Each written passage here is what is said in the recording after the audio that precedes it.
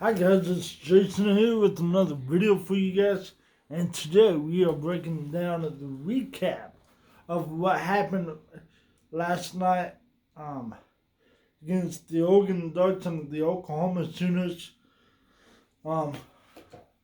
Oklahoma led 6-3 after 1 1/4. 24 points in the second quarter for Oklahoma. Made the game lopsided of what it was. 30-3 at halftime. Oklahoma completely in control. The team straight touchdowns. 22-14. Oregon outscores Oklahoma. In the fourth quarter. They only lose by 47-32. Oklahoma with a 15-point win. 14-point win. 14-point win. Oregon goes to 10-4 on the year, and Oklahoma 11-2. We'll talk about what these teams have coming in the 22 schedule. Let's break down the stats. Anthony Brown, 27 out of 40, 306, 3 touchdowns, 1 pick. That 306 was a career high.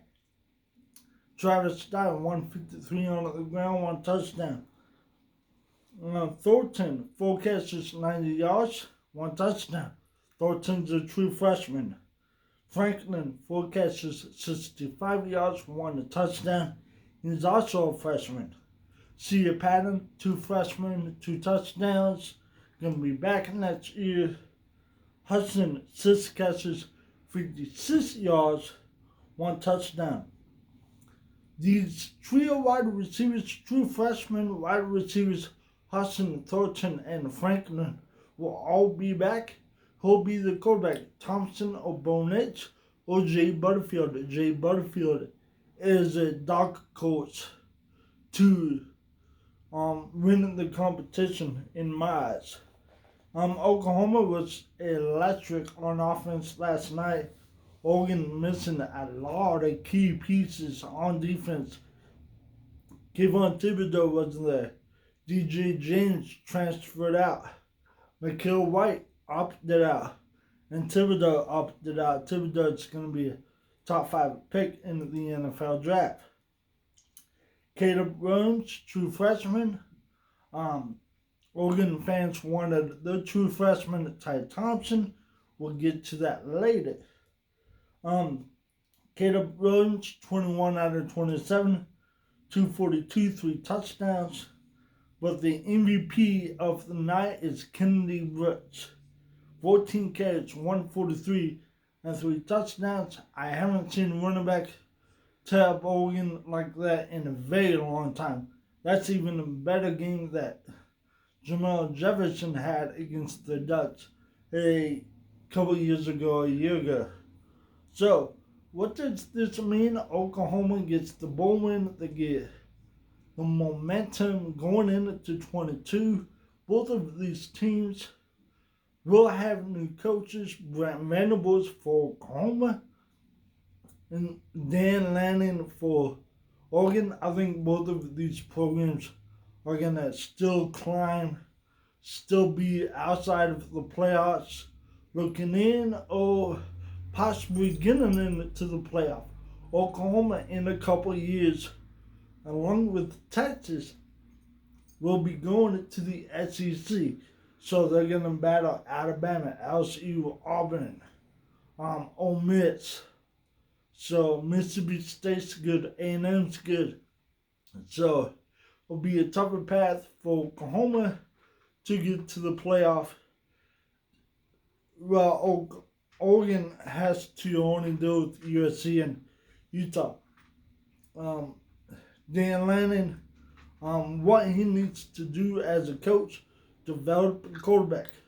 I think with the bowl game, without Cristobal, you see a much down the field passing attack. We saw that in the second half.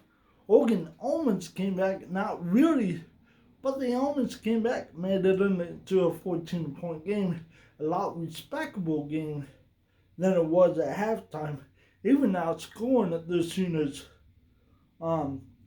Let's 29-17 in the second half. So Oregon opens up with Georgia and Atlanta next year, while Oklahoma opens up with UTEP next year.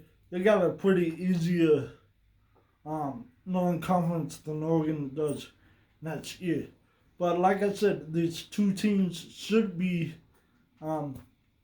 preseason ranked next year.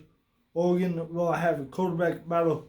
Like I said, Bo Nix looks like to be the favorite because he is the transfer.